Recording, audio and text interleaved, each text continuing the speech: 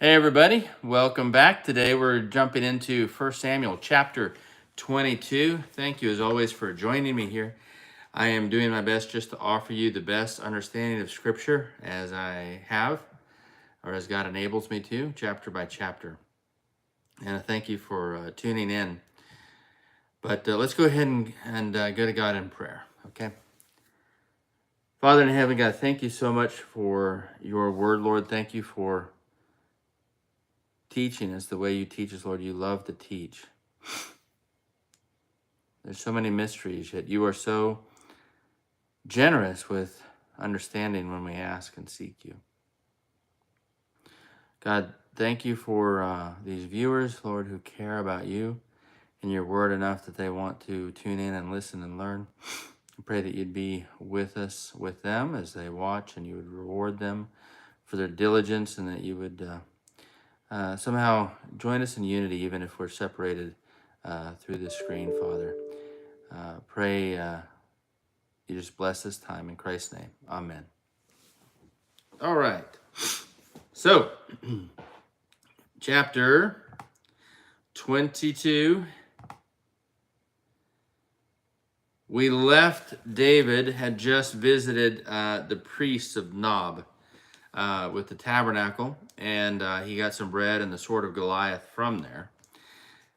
But he was without any help otherwise, and we saw that he had a few young men that had left Saul's palace with him that were kind of staying outside of Nob, and they had hidden. And I didn't say it yesterday, but he asked for 5 loaves of bread. So I would assume that meant he had 4 young men with him that were, staying out of the city, so it would draw attention. But anyways, let's jump into 22. It says, David therefore departed from there and escaped to the cave of Adullam.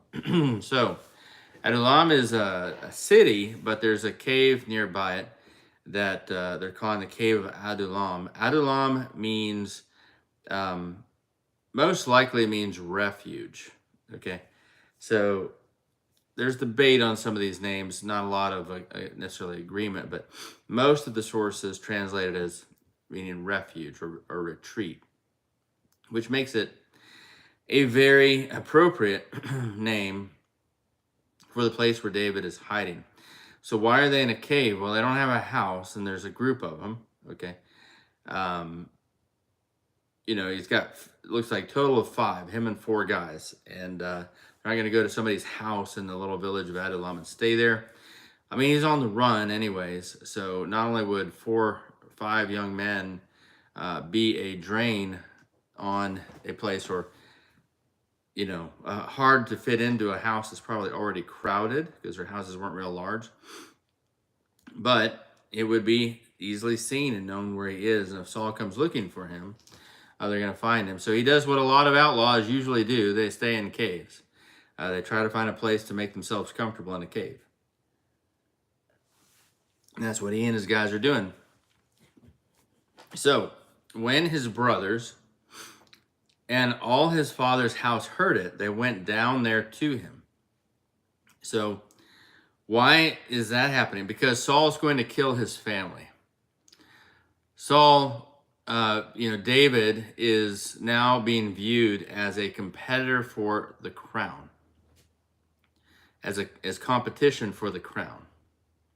So that means that his family would be presumed royalty if David is killed, or after he takes the crown, or whatever else. His family will also be the most loyal supporters of David. So in these days, and this happens still today even, but in those days, if someone was trying to take the throne from a king, or if you dethroned a king, then the family of that person was also a target and would be killed as well. Because it's just, the king is not going to, the one who wants to keep the throne is not going to tolerate their presence. We can kind of see this principle today, even when we see presidents and their sons being elected. You had George Bush Sr. and George Bush Jr., and You know, if either Clinton or Obama had had a son, you would have seen them being propelled into politics, no doubt. We had the Kennedy line way back 200 years ago. We had the Adams father and son both be presidents. And, you know, Donald Trump Jr., if in the future, after his dad's done running, you could see, if we had enough time as a country, which I don't believe we do, you can see him coming, sorry, and running for president at some point. So, this concept of family around a king is very important. And that's what's going to happen. Saul is going to kill all of David's family and even the village of Bethlehem in its entirety if David is found there or his family is found there.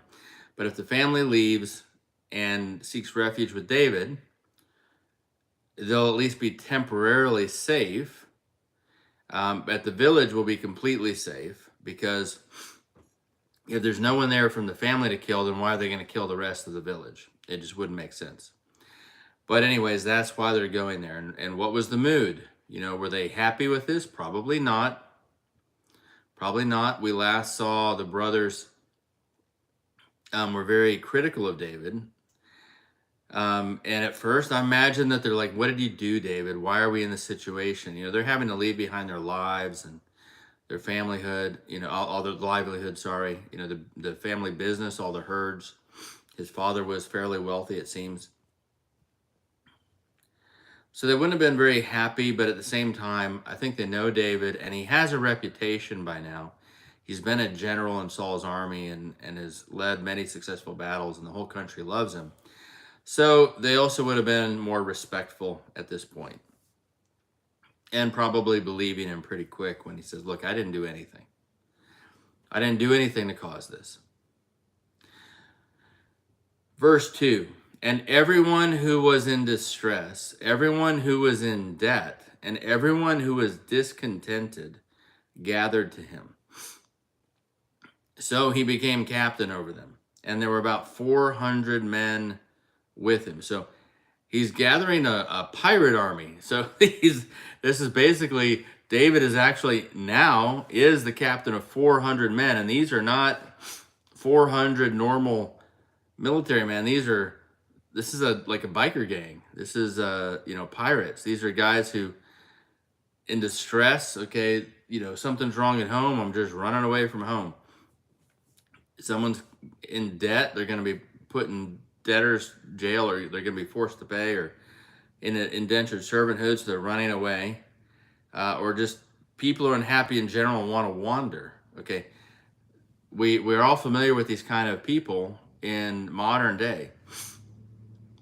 Well, these kind of guys were gathering to David because, like, oh, here's an adventure to be had. We've got a guy that's on the run. I want to be on the run with him. And he's got this reputation. So this is literally like a biker gang or an outlaw gang of the Old West. However, with one important distinction. David is not going to engage in illegal activity. He's not going to be a pirate. He's not going to be a bank robber or something like that. Well, wouldn't you know it, guys, I've got the lawnmowers out here again today.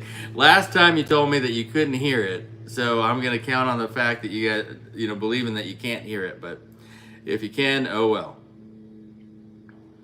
Comes and goes. All right, so he's got this gang of guys, 400 men.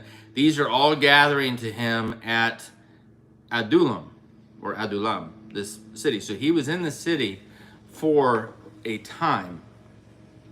How much time, we don't know exactly. But it was enough time for 400 men to dribble in. Okay? And word of this is going to be getting back to Saul.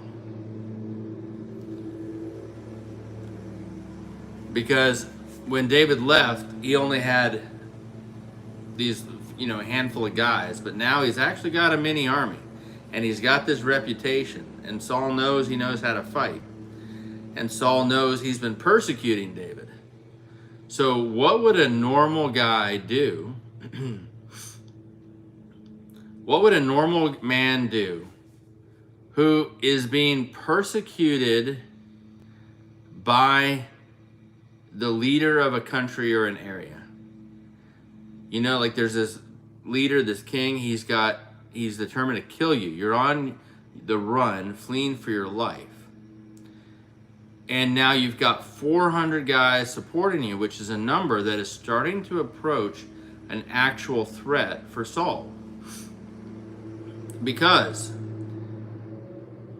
Saul would not, as much as he was, would tax and demand tribute from his people, he's not going to have probably a standing army of 400 guys like that. Maybe he might approach 1,000, but that's a lot. That's a lot for a king of his day to support with weekly food and rations and things like that. Saul's army, his standing army would have been not too much larger than the group that David has here. And in my opinion, when he needed to go to battle, he would have put out the word to all of Israel to come assemble to go out to battle. That's when you would have had tens of thousands going out to fight. But in general, he wouldn't have had that many in his standing army just waiting, because it's very expensive.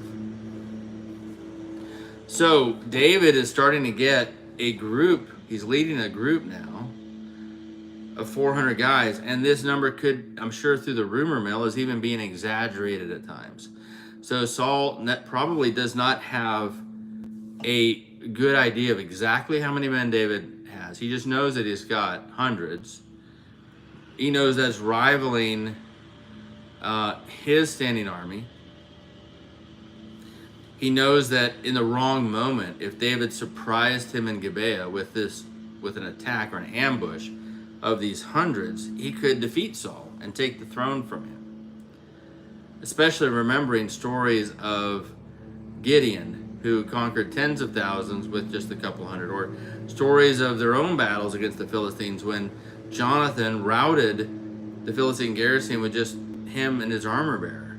And later on, with just a smaller number, they overcame tens of thousands. So Saul's well aware that 400 men is a formidable force that David could catch him off guard with and take the throne, and then put Saul and his family to death. So in Saul's mind, when he hears this about David leading hundreds, he's not thinking David is going to be respectful and never engaged in illegal activity and just stay out there in the woods and wait until I die of natural causes. Saul is thinking he's going to use these men to take the throne. I need to act before he gets more. The more he gets, the worse it is. Right? So again, Saul's fear now he in his mind, he's justified. He would say, see, I knew he wanted this throne.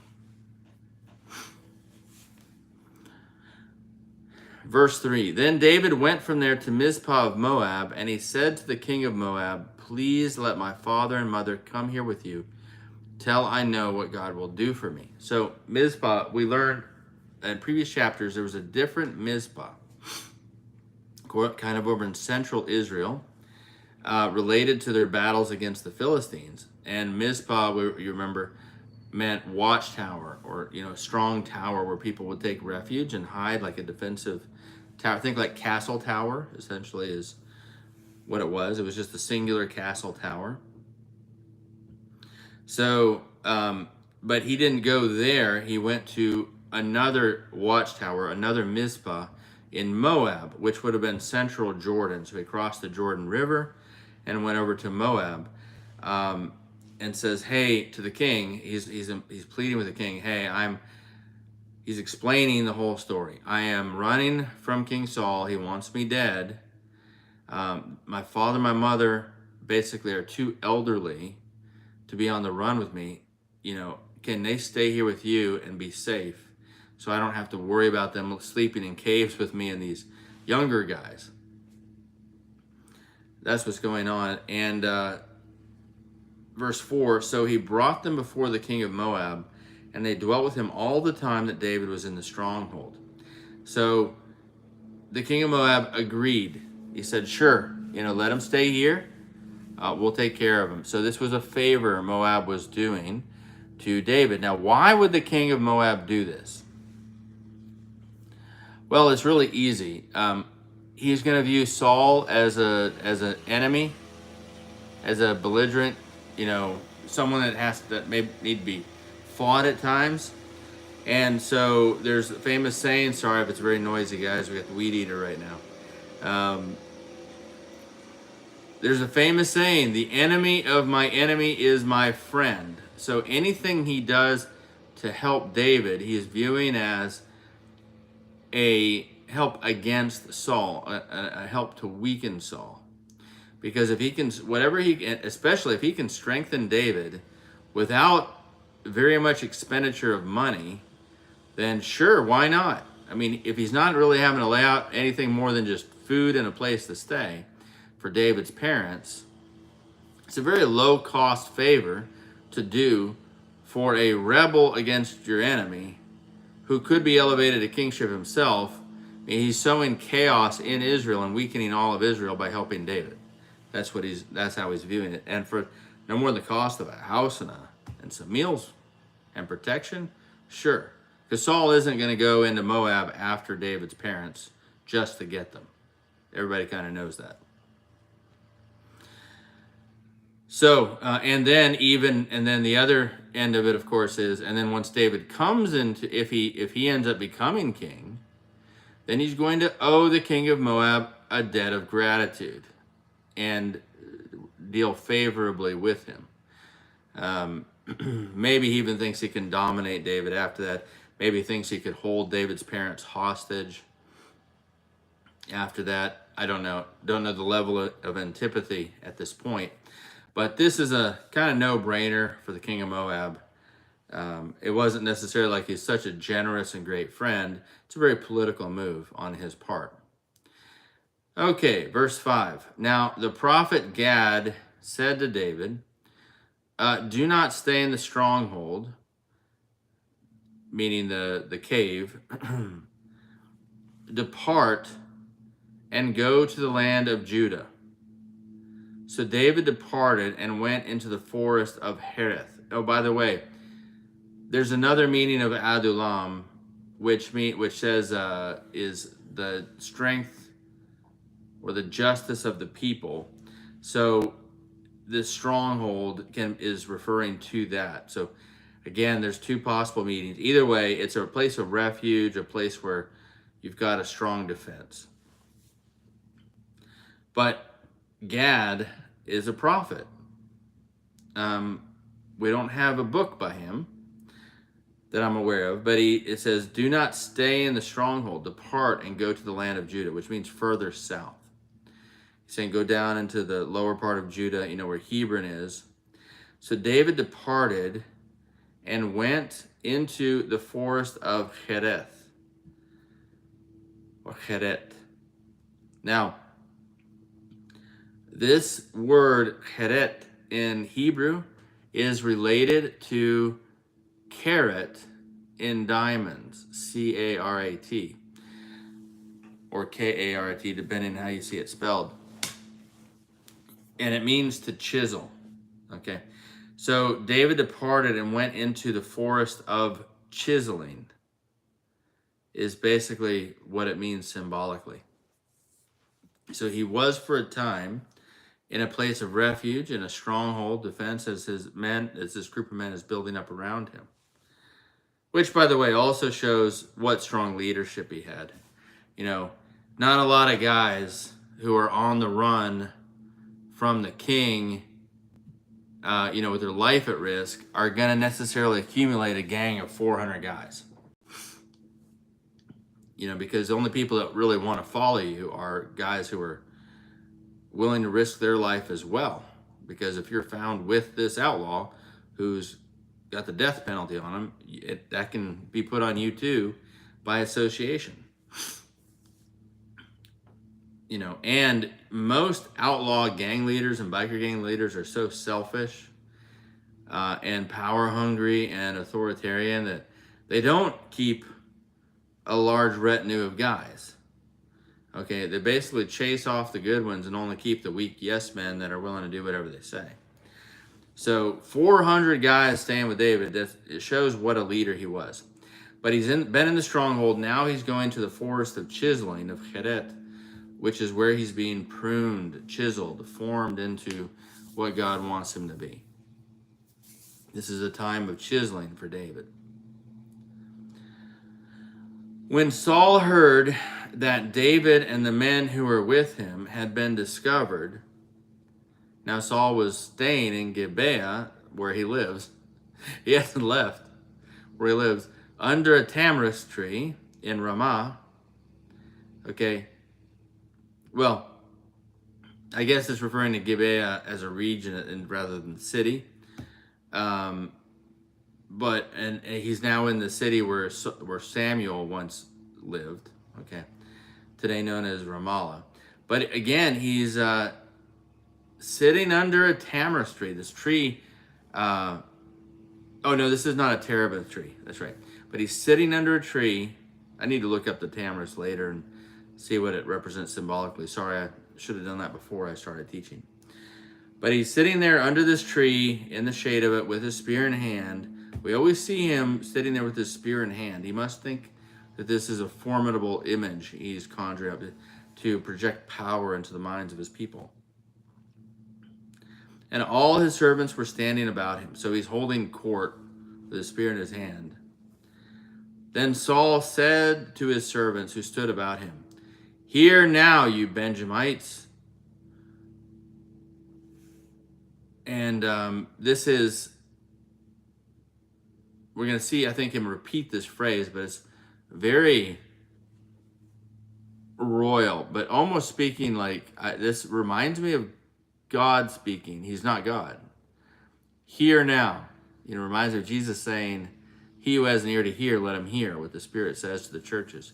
So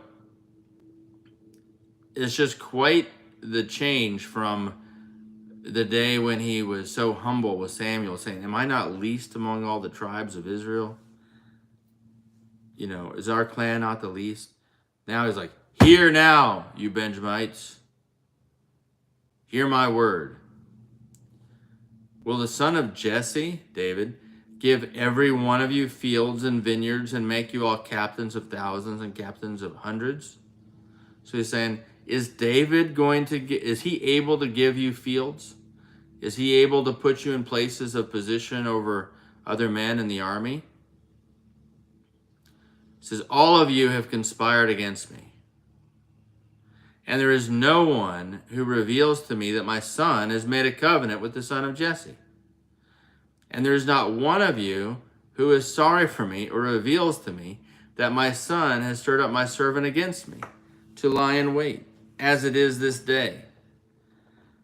So he's saying, all of you are conspiring against me, because no one is telling me.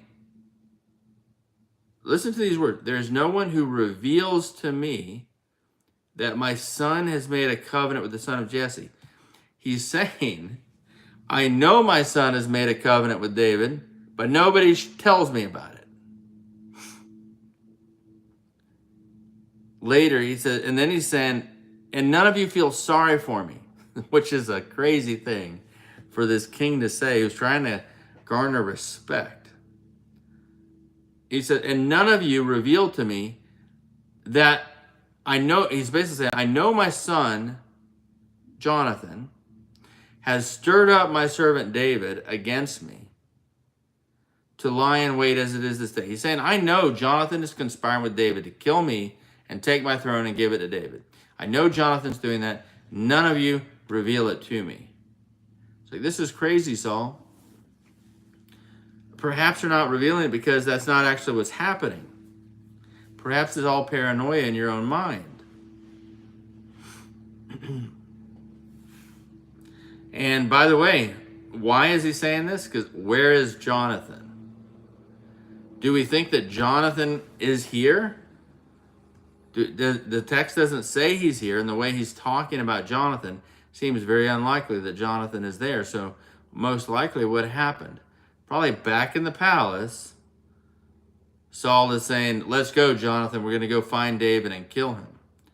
And Jonathan is saying, far be it from me, Dad. I'm not going to help you do this. He's innocent. And Saul's flying into a rage.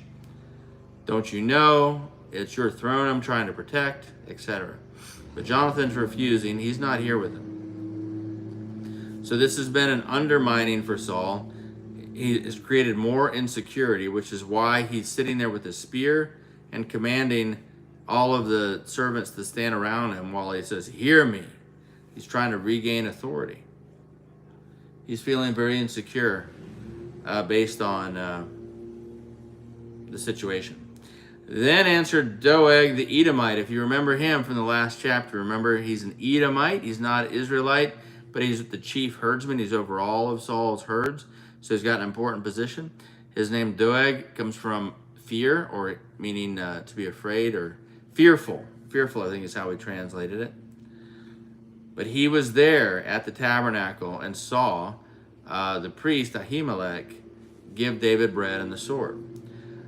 Then answered Doeg the Edomite, who was set over the servants of Saul, and said, I saw the son of Jesse going to Nob, the city of Nob, to Ahimelech, the high priest, the son of Ahitub, who had been the priest. And he inquired of the Lord for him. Meaning, something you did with the priests back then is you would go to them and say, hey, can you ask God what I should do here or there? So he's basically saying the priest sought counsel from God for David for his success, implied against you, Saul. Gave him provisions. Ahimelech gave him bread and gave him the sword of Goliath the Philistine. There's nothing that Doeg has said that isn't true. All this happened. But why did he say it? Why not keep your mouth shut? Well, he obviously really doesn't care about, doesn't have an affection for David. You know, he's going to keep his mouth shut up until Saul points out he's able to give fields and positions of power in the army to people. And then Doeg pipes up. So he wasn't going to say it out of affection for Saul either. Wasn't going to talk, because then he's going to go against, because obviously none of the other servants want any part of this. They know who David is. They don't want to go after him.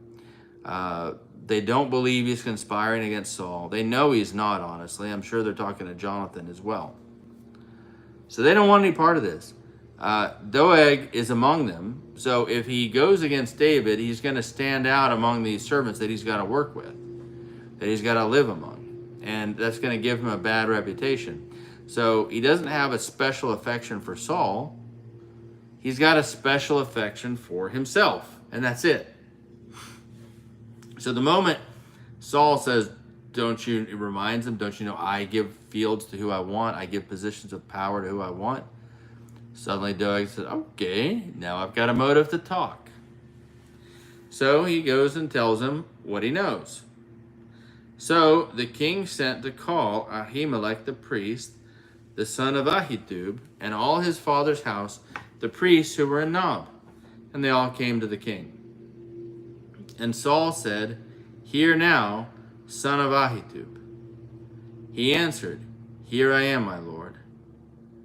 Then Saul said to him, why have you conspired against me, you and the son of Jesse, David, in that you have given him bread and a sword, and have inquired of God for him, that he should rise against me to lie in wait, as it is this day?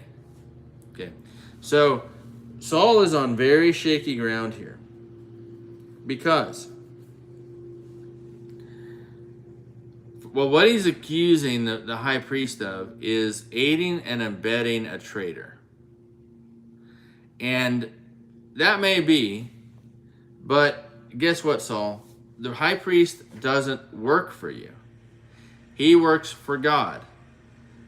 We have a very wrong teaching about separation of church and state in America, which I'm not going to go into in this video, but the idea did come from this original separation of the priesthood and the king's throne in ancient Israel. Only Messiah is allowed to be both king and priest. The priests work for God, and the king works for God. But the king is over civil things, and the priest is over the things of God. And so the high priest doesn't work for you, Saul. He works for God. He's not accountable to you, Saul. And he's not engaged in politics. He represents God.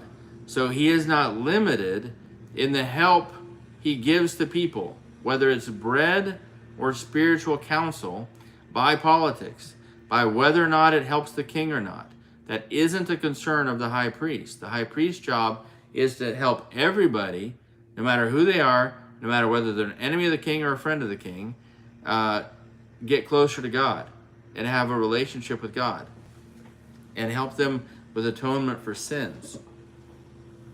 So the high priest does not answer to King Saul, and he cannot be guilty of treason in this way, presuming he's not actually engaged in politics, which Saul thinks he is.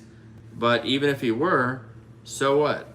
It's not your job, Saul. Now, I suppose the priest can cross a line and begin engaging in military action and politics, and then he would have abdicated his immunity and suddenly become subject to the sword.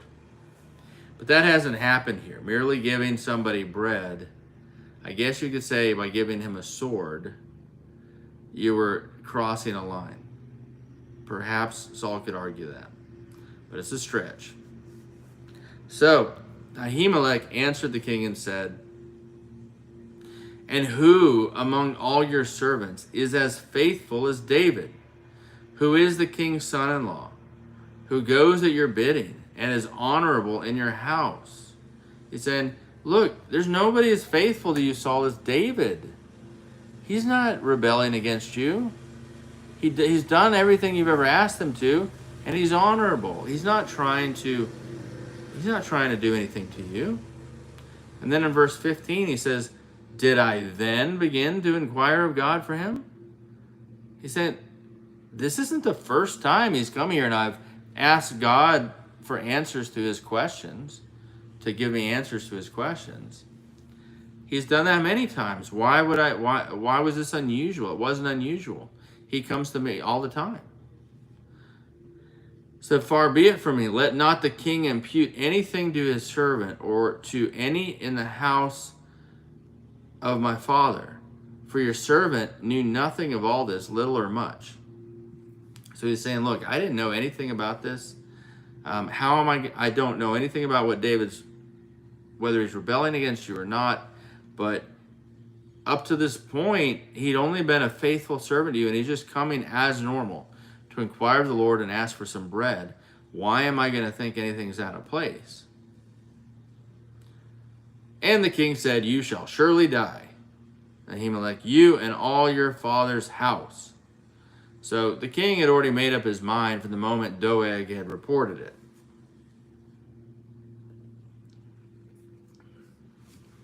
He's not listening. He's too paranoid, and he's angry and scared, and David has a 400-man army now, Ahimelech, and you set him up.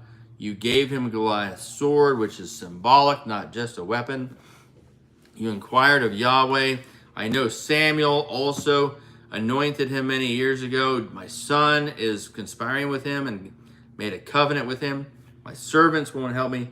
I'm going to kill somebody. And my gosh, here's an offense. Here's a clear offense that I can get somebody for and make a statement. Then the king said to the guards who stood about him, "Turn and kill the priests of the Lord." Oh my goodness, man. "Because their hand also is with David, and because they knew when he fled and did not tell it to me." But the servants of the king would not lift their hands to strike the priests of the Lord.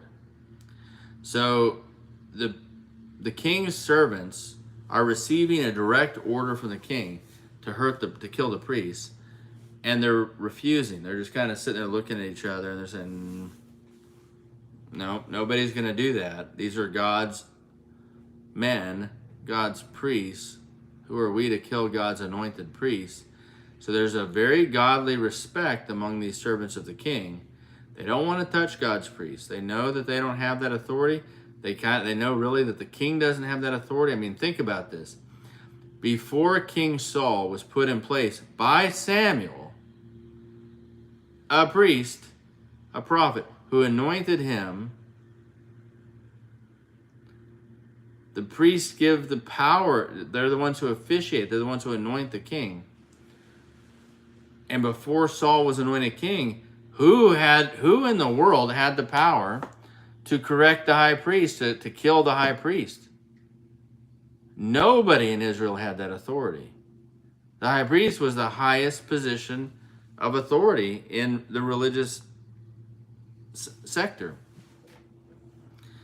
The king is a brand new office that only Saul has occupied. And now he's saying, the priest that anointed me and put me in office, well, now I have authority over them to kill them. What's the logic, Saul? The servants of the king aren't buying it, and they're not willing to do it. And so now he's even more humiliated and insecure. This is the second time we've seen Saul give an order for somebody to be killed. The first time was his own son, Jonathan, many chapters ago. And nobody would do it then. In fact, they said, no, nobody's going to kill Jonathan today. They rebelled against the king and protected Jonathan. Today, they're kind of doing the same thing. Like, they're not vocalizing at this time. Saul's grown in his power. But nevertheless, they're passively rebelling, saying, we're not going to kill these guys. And the king said to Doeg, you turn and kill the priests. Now, Doeg is saying to himself, because he's going to do it, right? He says, so Doeg, the Edomite, turned and struck the priests and killed on that day 85 men who wore a linen ephod. So,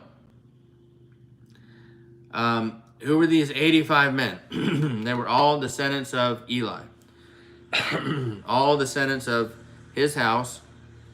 We had Eli, then Phinehas, then the next one was Ahitub, and the next one here is Ahimelech.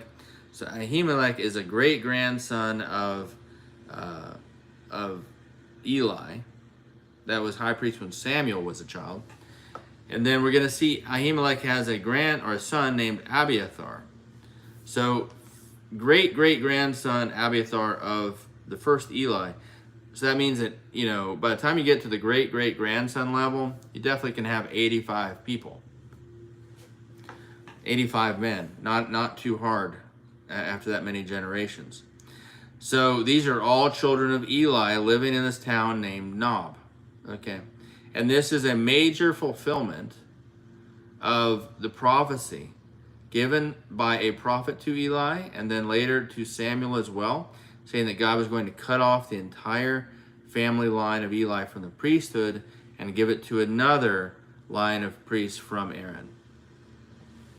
So most of Eli's family is being killed here. Why is Doeg doing it? Well, he's not an Israelite. Now, remember, we saw him in the last chapter, he had been detained before the Lord. So he had some level of belief that he needed to be there, okay? And I can't read too much into the phrase detained before the Lord because we don't know exactly what that means. I mean, it almost has the connotation of an arrest, like God's arrested him, like stay here. From this episode, I would tend to believe that Doeg was supposed to be humbling himself before God during that time, but he apparently did not. He's got an opportunity. The rest of the servants don't want to do anything against the high priest, but Doeg doesn't have the same fear of the Lord that these other Israelites have. Why? Because he's an Edomite. And Doeg is saying to himself, I have an opportunity. Nobody else is willing, everybody's rebelling against the king. I've got an opportunity to be the only one that will obey his commands, and he can give fields and he can give positions of honor and power. Yep, sign me up. I'm going to go do what he's asking right now. And did he kill 85 men by himself? No, he's chief of the herdsmen. So he's got men that he commands. Right? So he's probably, these guys may be helping him. I mean, that's quite the feat if he killed them by himself, 85 guys. Because you'd think they would resist. But anyways, he is thinking this is a great opportunity to get honor. And they're putting to death that day 85 of these priests, almost completely extinguishing Eli's line. Not quite, but almost. But then it says he went beyond what Saul even said to do. Also Nob, the city of the priests, he struck with the edge of the sword, both men and women, children and nursing infants, oxen and donkeys and sheep, with the edge of the sword. So, even little children. So the prophecy, again, is being fulfilled completely, except for one we're going to see escapes. But this is to completely wipe out the line of Eli. However, Saul didn't order this. And this is what we see the Edomites doing over and over again. And this is why God doesn't like Edom. It's a people that is very violent and aggressive and goes way beyond what they need to do. And just vengeful and hateful and full of murder. Okay? We see Edom doing this throughout Scripture. So he's doing it here. He's going way beyond what Saul ordered him to do. In his mind, why is he doing this? Well, he's not keeping the cattle, so he's killing them. So it doesn't seem like that's the reason. But most likely, he's thinking, we're killing 85 fathers and brothers, and there's some children in this village. So they could grow up and take vengeance someday on me and my family. So we're going to go ahead and annihilate all of them. He's thinking very selfishly. It's reminiscent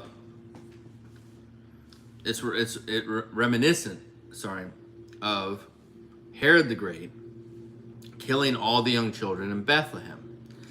And you may or may not know this, but Herod the Great was also an Edomite, just like Doeg. And Herod was also trying to prevent someone from coming after him later. He thought Jesus would do that. So in this sense, and we talked about in the last chapter, there is some evidence to believe that a lot of the Pharisees of Jesus' day, not all of them, but a significant portion of them may have been Edomites and not Israelites or Jewish. They were Jews by religion. They were following Yahweh. But by forced conversion, like 100 or 200 years earlier by the Maccabees, and Herod put some Edomites in positions of power in the Sanhedrin. And so many of these Pharisees of Jesus' day may have been Edomites. And so we see the same pattern here. Doeg is seen in the tabernacle of Yahweh, detained before him, seeking answers, worshiping. He's participating in the religion of Yahweh. But then he's willing to go and murder. Okay, which is not in conflict, it's in conflict with God's character. So why then was Doeg in the tabernacle worshiping? Because he, like the Pharisees, worship because they want power. They don't worship in humility and humble alignment with God. And this is why we're not saved by works. You can do religious works in order to get glory for yourself, in order to get a reputation before people, and have no sincere heart behind it.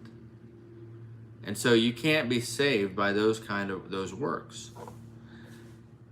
But the true servant of God is humble before God, seeks his heart, seeks his character, seeks to know him, seeks to please him, and do whatever it is God wants done.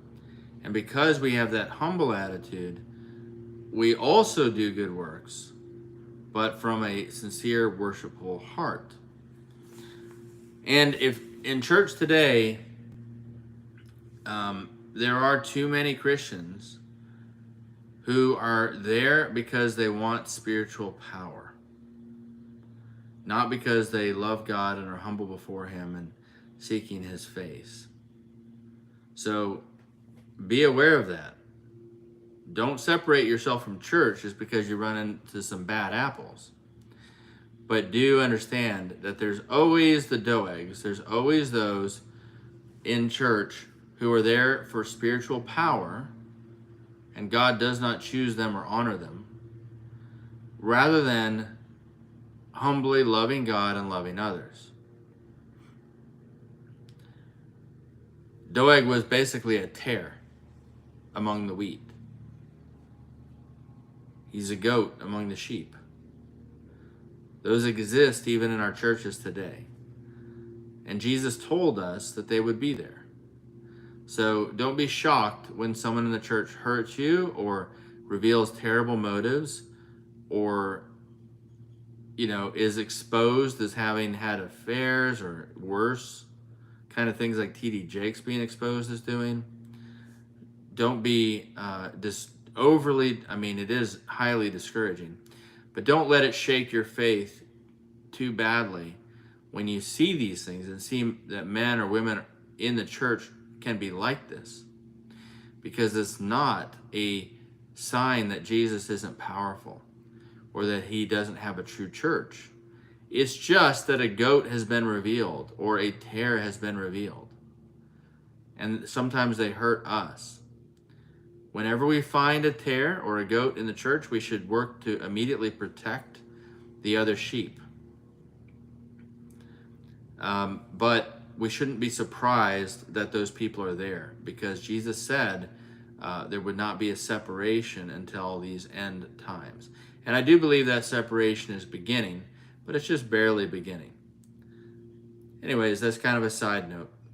All right, now, verse 20. Now, one of the sons of Ahimelech, the son of Ahitub, named Abiathar, so one son of Ahimelech, the high priest, escaped and fled after David. So one descendant of Eli. Everybody else has been killed. There's one young guy who went to David. And Abiathar told David that Saul had killed the Lord's priest. By the way, what does Abiathar mean? Best meaning is probably father of the remnant. So the idea is that symbolically it's saying he's going to be the dad of those few that remain of this line. But he's really in the end not going to be the father of any more priests. We're going to see. But Abiathar told David that Saul had killed the Lord's priest. So David said to Abiathar, I knew that day when Doeg the Edomite was there, that he would surely tell Saul, I have caused the death of all the persons of your father's house. Stay with me, do not fear, for he who seeks my life seeks your life, but with me you shall be safe. There's leadership lessons here. First of all, he's just admitted, he's like, man, I knew it. When I saw him there, I knew who Doeg was. I knew he would tell Saul. I knew what a maneuvering, Machiavellian manipulator Doeg is, how self-serving he is. I knew this was going to happen. I'm regretting it. But what were you going to do, David? Were you going to kill Doeg right then and there? I mean, once you arrived at Nob, the only thing you could have done is just turn around and left, right? But maybe you could have just said, well, don't give me the sword, don't give me the bread, I don't want to get you in trouble. I guess David could have said that. And that's why he's saying, I have caused the death of all the persons of your father's house. So it's quite the thing to say to somebody, look, man, I am sorry, your entire family is dead because of me. I'm sorry, Abiathar. Now, would Saul have responded that way? No. Saul would have said, that evil guy, how dare he do this? And now I have to admit, would more tend to do that than do what David did here. I think. I don't know. I can also see myself doing the other. I hope I would be like David, because he's owning it even though he really doesn't need to. All he did is ask for bread and a defense weapon. Ultimately, he wasn't conspiring in any way. He's innocent. So did he really cause the death of these guys? No, he's just trying to stay alive. He didn't instigate any of this. It's all Saul. So David really didn't cause their death. Saul did. Saul ordered it, and Doeg did it. Nevertheless, David's taking full responsibility, saying, the buck stops here, man. If I didn't exist, your family would be alive. I'm really sorry. So he says, stay with me, do not fear. I'm not going to do anything to you. He who seeks my life seeks your life. Saul wants to kill both of us. So stay with me and you'll be safe. I'll protect you.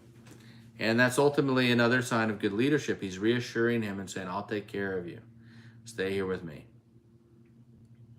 And then the last little thing to understand here is what has happened is Abiathar is now technically the high priest of Israel.